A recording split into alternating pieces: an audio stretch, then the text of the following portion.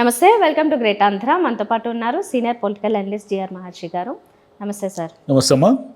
Sir, కూటమి ప్రభుత్వం మాది మంచి ప్రభుత్వం అని చెబుతూ ఉంది, కానీ ఇప్పటికీ చాలా చాలా విమర్శలు అక్కడక్కడ మనకి కనిపిస్తూనే ఉన్నాయి. అయితే అది సాక్షి వల్ల లేకపోతే మొత్తానికి వ్యతిరేక మీడియా ఏమన్నా రాస్తే ఓకే, కానీ సొంత మీడియాలోనే ఇప్పటికీ ఎన్నో కథనాలు వచ్చాయి. ఐఏఎస్ భార్యలు నడిపిస్తున్న దగ్గర నుంచి మొన్న వారం రోజుల క్రితం మాట్లాడుకున్న ఒక ఎమ్మెల్యే దందాల గురించి, చికెన్కి కిలోకి 10 రూపాయలు వసూలు చేయడం, ఇసుక విషయము, ఇలా ఎన్నో విషయాలు వచ్చాయి. ఇందులో ఇప్పుడు రీసెంట్గా మళ్ళీ బొజ్జల సుధీర్ రెడ్డి, ఆయన శ్రీకాళహస్తి ఎమ్మెల్యే, ఆయన గురించి మళ్ళీ కథనం వచ్చింది. ఇంతకుముందు కూడా ఒక 2 సార్లు ఆయన గురించి మాట్లాడుకోవడం జరిగింది. అంటే ఈ 9 నెలల పాలనలో ఇది 3వసారి ఆయన గురించి మాట్లాడుకోవాల్సి రావడం.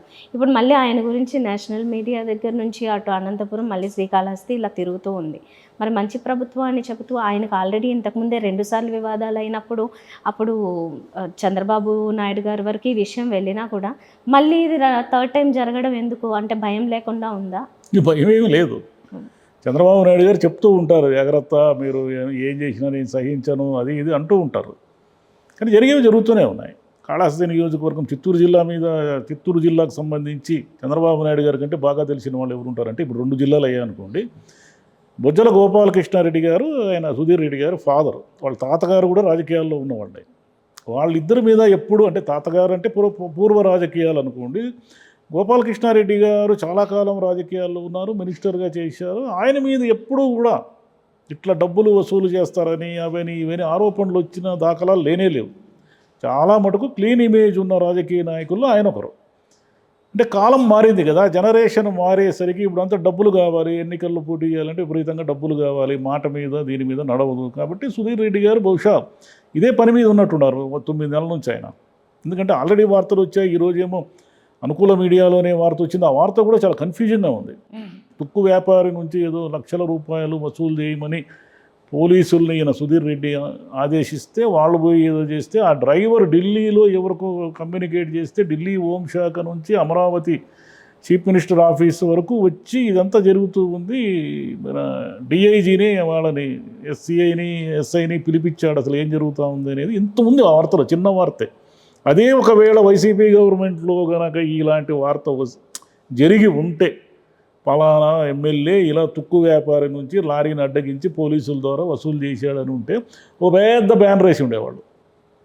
ఆ బ్యానర్ అంటే ఏమిటంటే, వైసీపీ ఎమ్మెల్యే దాష్టికం, ఇట్లా ఏదో కోట్ల రూపాయలు వసూళ్ళు ఇలా రాసి ఉండేవాళ్ళు. అంటే మీడియా కూడా ఏమిటంటే చిన్నది వేసింది, పాపం చిన్న వార్త వేశారు. సరే, ఏం వార్త వేశారు ఏమనేది పక్కన పెడితే, అక్కడ గొడవలు బిగినింగ్ నుంచి కాళహస్తిలో గొడవలు ఉన్నాయి. ఎస్సీవి నాయుడు అనే ఆయన ఒక మాజీ ఎమ్మెల్యే, ఆయన ఒక కీలకమైన నాయకుడు, ఆయనకి ఈయనకి గొడవలు ఉన్నాయి. ఏ స్థాయిలో వెళ్ళిపోయినాయంటే, ఈ మధ్య సుధీర్ రెడ్డి గారు ఏదో అసెంబ్లీలో చంద్రగిరి దగ్గర ఓటేరు చెరువు అని ఉంటే దాన్ని కబ్జా చేశారు, దాని మీద చర్యలు తీసుకోమని అసెంబ్లీలో మాట్లాడారు. అది ఎవరికి సంబంధించింది అంటే ఎస్సీవి నాయుడు గారికి సంబంధించింది. నేనేమి కబ్జా చేయలేదు, నేను ఎక్కడ కబ్జా చేశాను, ఏదో హక్కులు ఉన్నాయి నాకు అన్నట్టుగా ఆయన ఏదో చెప్పుకొచ్చారు. ఇది గొడవ, అక్కడ అసలు గొడవ ఇది. చివరికి ఎస్సీవి నాయుడు ఏమనాల్సి వచ్చింది, అయ్యా ఇంత మునుపున్న వైసీపీ ఎమ్మెల్యే బియ్యం మధునే మేలుగా ఉన్నాడు నీకంటే, నువ్వు అంతకంటే ఘోరంగా ఉండవు వసూళ్లలో. అది ఎమ్మెల్యేలు అందరూ కూడా ఏం చేశారంటే, ఇంత మునుపు అవినీతి లేదని కాదు, అవినీతి ఉన్నప్పటికీ ఎమ్మెల్యేలు ఏదో కీలకమైన కాంట్రాక్టులు ఇట్లా వాటిలో ఏదో డబ్బులు తీసుకునేవాడు. ఇప్పుడు ఏమైపోయిందంటే, కాలం మారిపోయింది కదా, కొత్త ఎమ్మెల్యేలంతా వచ్చేసారు. వీళ్ళు తాము ఎంత ఖర్చు పెట్టారో అంతకు 5 ఇంతలు వసూలు చేసుకోవడానికి సంవత్సరానికి ఒక రెట్లు అనమాట. అంటే 100 కోట్లు పెట్టారనుకోండి, ఈ ఇయర్కి 200 కోట్లు వచ్చేయాలి. 5 సంవత్సరాలకే 500 కోట్లు వసూలు చేసుకోవాలనే టార్గెట్తో ఉన్నారు.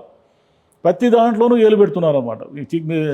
ఈ మధ్య వచ్చిన చికెన్ నిర్వాహకులు ఉంటారే, అంటే హోల్సేలర్స్, వాళ్ళ దగ్గర నుంచి 10 రూపాయలు ఏదో కేజీ మీద వసూలు చేస్తున్నారని, ఇంకా ఇసుక మద్యమంతా వీళ్ళ సిండికేట్లే నడుస్తున్నాయి. చంద్రబాబు గారికి కూడా తెలుసు, ఆయనకేం తెలియంది ఏం కాదు, అన్నీ తెలుసు ఆయనకి. తెలిసి మాది మంచి ప్రభుత్వం, మీది మంచి ప్రభుత్వం, మీది అవినీతి రహిత ప్రభుత్వం. ఇప్పుడు జగన్ గయాములు వేల కోట్లని రోజు రాస్తున్నారు, మీరే మాడుతున్నారు కదా.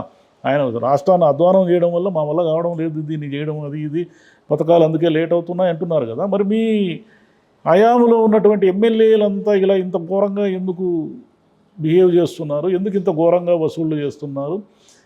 మిమ్మల్ని స్ట్రాంగ్గా సపోర్ట్ చేసే అనుకూల మీడియాలోనే ప్రతిరోజు కథనాలు ఎందుకు వస్తున్నాయి? వాళ్ళు ఊరికే రాయరు కదా. వాళ్ళకు అమ్మే ఎమ్మెల్యేలకు తెలుగుదేశం పార్టీని భ్రష్టు పట్టించాలని వాళ్ళకి ఏం కోరిక ఉండదు కదా. సాక్షిలో రాశారంటే సాక్షి వాళ్ళ వైసీపీ సొంత పత్రిక, దాంట్లో అన్ని అబద్ధాలే రాస్తారు. సమాచారం ఏమిటంటే సాక్షిలు రావడం లేదు, ఇవన్నీ అన్నీ ఈ అనుకూల మీడియాలోనే వస్తున్నాయి. ఈ అనుకూల మీడియాలో వస్తున్నప్పుడు చంద్రబాబు గారు ఏం చర్య తీసుకుంటారు వీళ్ళ మీద? అయ్యా మేము నీదేం పోయింది, మేము 100 కోట్లు పెట్టాము పెట్టుబడి, మాకు ఎవరిస్తారు? మళ్ళీ నెక్స్ట్ ఎలక్షన్లో పోటీ చేయాలంటే డబ్బులు లేకపోతే మీరు ఏమైనా టికెట్ అన్నా ఇస్తారా? మీరు డబ్బులు లేని వాళ్ళకి ఎవరికైనా టికెట్ ఇచ్చిన దాఖలాలు ఉన్నాయా అని వాళ్ళే అడుగుతారు రేపు. కాబట్టి చంద్రబాబు గారు ఊరికే మీడియా ముందు ఎవరిని సహించేది లేదు, ఊరుకునేది లేదు అంటూ ఉంటారు.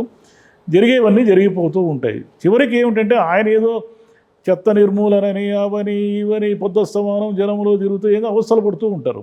వీళ్ళు కావలసినంత చెడ్డ పేరు తెచ్చి నెక్స్ట్ టర్మ్కి ఆయన్ని ఓడించే పని మీద ఉంటారు వీళ్ళంతా. ఎందుకంటే స్థానికంగా ఉన్నవాళ్ళు, ఇప్పుడు ఉదాహరణకి ఒక నియోజకవర్గంలో ఓటర్లు పార్టీ కంటే కూడా ఈయన్ని వదిలించుకుంటే మేలరా ఈ ఎమ్మెల్యేని అనే మూడ్లో ఉంటారు ఎక్కువ చేసేస్తే.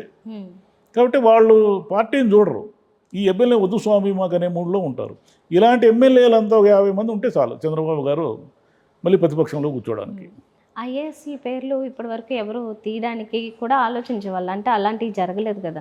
ఇప్పుడైతే ఐఏఎస్ భార్యలు ఈ దందాలు చేయడము, సెటిల్మెంట్ చేయడము, ఇవి దీని మీద టీడీపీ నుంచి ఏమైనా రియాక్షన్ ఉందా? ఏం లేదు, ఏముంది రియాక్షన్. ఇప్పుడు ఇంతకుముందు అంత ఏమన్నారు, జగన్కి అనుకూలంగా ఐఏఎస్లు వీళ్ళు పెద్ద పెద్ద కీలకమైన సివిల్ సర్వీసెస్లో ఉన్నవాళ్ళు ఒక ప్రభుత్వానికి ఊడిగం చేస్తే మీరు ఎలా దాన్ని మీరు ఆత్మగౌరవంతో ఉండాలి కదా, మీరేం బానిసలు కాదు కదా, ఇవన్నీ మాట్లాడిన వాళ్ళే కదా వీళ్ళ ప్రతిపక్షంలో ఉన్నాడు. మీ హయాంలో మీ ఐఏఎస్లు వాళ్ళ సతీమణుల సాయంతో భయంకరంగా వసూళ్లు చేస్తున్నారు, ప్రతి పనికి రేటు కట్టి వసూలు చేస్తున్నారు అంటే ఇవన్నీ మీకు మీడియాకు తెలిసిన విషయాలు మీ వరకు ఎందుకు రావు? సీఎంఓ అంటే ఏమిటి, చీఫ్ మినిస్టర్ అంటే ఏమిటి, ఎన్ని ఏజెన్సీలు ఉంటాయి ఆయనకి? అంటే గూఢచారి వ్యవస్థలు, నిఘా వ్యవస్థలు ఎన్నో ఉంటాయి కదా, ఇంటెలిజెన్స్ ఉంటుంది, పోలీస్ డిపార్ట్మెంట్ ఉంటుంది, అనేక వ్యవస్థలు ఉంటాయి కదా. ఇన్ని వ్యవస్థలు ఉన్నప్పుడు ఒక పబ్లిక్గా ఒక విజయవాడ హోటల్లో వసూళ్ళు జరుగుతూ ఉన్నాయంటే అందరికీ తెలిసిన విషయము, మీకెందుకు తెలియదు?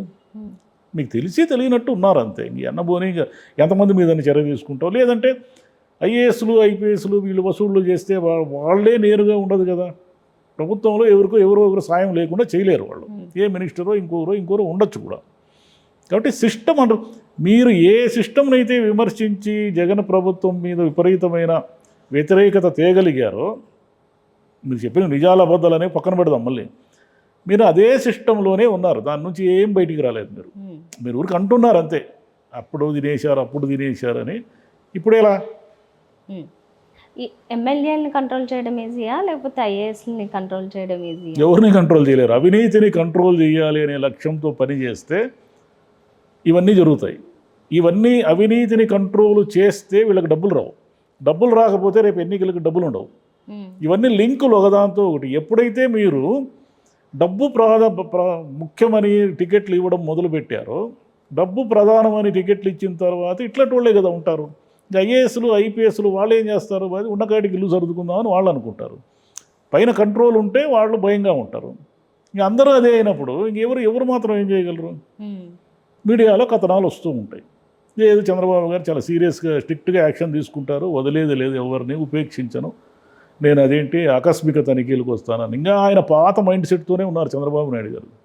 మొదట 1995లో చీఫ్ మినిస్టర్ అయిన మైండ్ సెట్తోనే ఉన్నారు. ఎవరికి మీ ఆకస్మిక తనిఖీలు ఎవరు పట్టించుకుంటారు? ఎట్లా వస్తారు మీరు? మీకున్న సిస్టము, మీకున్న సెక్యూరిటీ వ్యవస్థ, ఇవన్నీ కూడా మీరు ఆకస్మికంగా వస్తానంటే ఒప్పుకుంటుందా? ఎలా వస్తారు? ఒక ముఖ్యమంత్రి ఆకస్మిక తనిఖీకి రాలేరు. ఆయన ముందే తెలిసిపోతుంది అందరికీ. ఆయనకంటే ముందు అక్కడ అధికారులకే తెలిసిపోతుంది, రేపు పలానా ఊరికి పోతారు మా సీఎం గారు అని. తెలిసినప్పుడు మీకు ఆకస్మిక తనిఖీ వల్ల ఏం ప్రయోజనము? మీరు ఎవరిని కంట్రోల్ చేస్తారు? ఎవరిని పడి ఊరికే ఆయన ఇంకా ఈ చెత్త ఊడ్చే పని ఇవన్నీ అంటే మంచివి కావా? శుభ్రత అనేది మంచిది కాదంటే మంచిదే, కానీ అది ముఖ్యమంత్రి అవన్నీ పట్టించుకోవాల్సిన అవసరం లేదు. ఆయన చేయాల్సిన పనులు వేరే ఉన్నాయి. ముందు మీ ఎమ్మెల్యేలు కంట్రోల్ చేయండి, మీ ఎమ్మెల్యేలతో ఆ ఊరంతా శుభ్రం చేయించండి. శుభ్రం చేయించడం అంటే ఊరిని శుభ్రం చేయడం కాదు, ఆ ఊరిలో అవినీతిని శుభ్రం చేయడం. అది శుభ్రం చేయకుండా ఊరేముంది గట్టిగా ఇంకో 10 మంది వర్కర్లు పెట్టుకుంటే శుభ్రం అవుతుంది. అవినీతి ఎలా శుభ్రం అవుతుంది? అది కదా పాయింట్. ప్రభుత్వం ఏర్పడిన ఒక 4 నెలలు ఆ టైంలో అప్పుడు మంచి ప్రభుత్వం అని చెప్పి ఇంటింటికి వెళ్ళమని చెప్పారు చంద్రబాబు నాయుడు గారు. ఆ టైంలో వరదలు ఇంకేవేవో కారణాలు అవన్నీ ఉన్నాయి కాబట్టి ఆ టైంలో ఎవరు పోలేదు. మళ్ళీ తర్వాత ఎందుకు అది అసలు తీసుకెళ్ళి ఎట్లా పోతారు? ఇప్పుడు ఇంటింటికి పోతే మహిళలు అడుగుతారు కదా, ఆ పథకాల గురించి. ఒక ఎమ్మెల్యేనో ఒక మినిస్టర్ పోయారు అనుకోండి వాళ్ళ నియోజకవర్గంలో, వాళ్ళు వెంటనే ఏమడుగుతారు, సార్ మాకేంది 1500 ఇస్తామంటారు ఇంటికి మా ఇంట్లో ఆడవాళ్ళకి అని వాళ్ళు, లేదా సార్ ఇది అమ్మకు వందనం ఎప్పుడు ఇస్తారు, ఈ సంవత్సరం అంతా అయిపోయా మా పిల్లలకి డబ్బులు రాలేదు అని చాలా అమాయకంగా అడుగుతారు కదా. వాళ్ళకి మీరు చెప్పేవన్నీ ఎట్లా తెలుస్తాయి? అప్పులు ఉన్నాయి, మాకు అభివృద్ధి లేదు, మేము వడ్డీలు కడుతున్నాము, ఇవన్నీ వాళ్ళకేం అవసరం? ఒక సామాన్య కుటుంబీకులకు వాళ్ళకు వచ్చే పథకం ఎందుకు రాలేదు అని అడుగుతారు. ఇప్పుడు నిమ్మల రామానాయుడు గారు వెళ్తే గ్యారెంటీగా అడుగుతారు కదా, ఏం సార్ ఆ రోజు ఈ లెక్కలు కట్టి మరి చెప్పారు, మరి ఏం సార్ మాకు ఒకరికి కూడా రాలేదే, మీరు చెప్పిన పెన్షన్ తప్ప ఏమీ రాలేదు, మాకు సిలిండర్ ఒకటి ఇచ్చినారు, 1 year అయిపోతూ ఉంది, మరి ఎట్లా పోతారు? పోలేరు. వీళ్ళు ఆ పథకాలు వీళ్ళు ఇచ్చిన హామీలు నెరవేర్చకుండా, వీళ్ళు ఇచ్చిన హామీలపైన నిలబడకుండా ఇంటింటికి పోలేరు. ఇంటింటికి పోతే ఇంక 1 year వరకు మ్యాక్సిమం 1 year తర్వాత నిలదీయడం మొదలు పెడతారు. ఏమి ఇచ్చినారు పోబ్బా మీరు ఊరికి, ఆ రోజు ఇంత పెద్ద మేనిఫెస్టోలని చదివి చెప్పినారు, మాకు ఏమి ఇచ్చినారు మీరు అని అడగడం మొదలుపెట్టి అడుగుతారు కూడా. ఎందుకంటే వాళ్ళకి ఆ 1500, వాళ్ళకి ఆ 20,000, 15,000 అది వాళ్ళకి ఇంటికి ఇంపార్టెంట్. మామూలుగా మీకు 15,000 అనేది పెద్ద అమౌంట్ కాకపోవచ్చు, కానీ ఒక మామూలు నిరుపేద కుటుంబానికి 15,000 రూపాయలు అనేది చాలా ముఖ్యమైనది. వాళ్ళకి చాలా ముఖ్యం అది. నెలకు 1500 ఒక మహిళకు వస్తే వాళ్ళకి చాలా ముఖ్యం అది. వాళ్ళకంటే వాళ్ళు అడుగుతారు. మీరు చెప్పే అభివృద్ధి, జగన్ అప్పులు చేశాడు, మేము వడ్డీలు కడుతున్నాము, మేము రాష్ట్రాన్ని గాడిన పెడుతున్నాము, అమరావతిని నిర్మిస్తున్నాము, ఇవన్నీ వాళ్ళకేం అవసరం? నా ఇంట్లో కడుపు నిండడం అనేది అది కదా ఆలోచిస్తారు సగటు మనిషి. దానికి సమాధానం చెప్పాల్సిందే. వీళ్ళు చెప్పే అభివృద్ధి అదంతా వేరే సెక్షన్. అది మధ్యతరగతి వాళ్ళు, ఎగువ మధ్యతరగతి వాళ్ళు, వాళ్ళకి చెప్పండి. మీ పేదవాళ్ళకి ఏం చెప్తారు? మీరు పేదవాళ్ళు మాకు ఏమి ఇచ్చారా మీరు అని అంటారు. Okay sir, thank you. Thank you.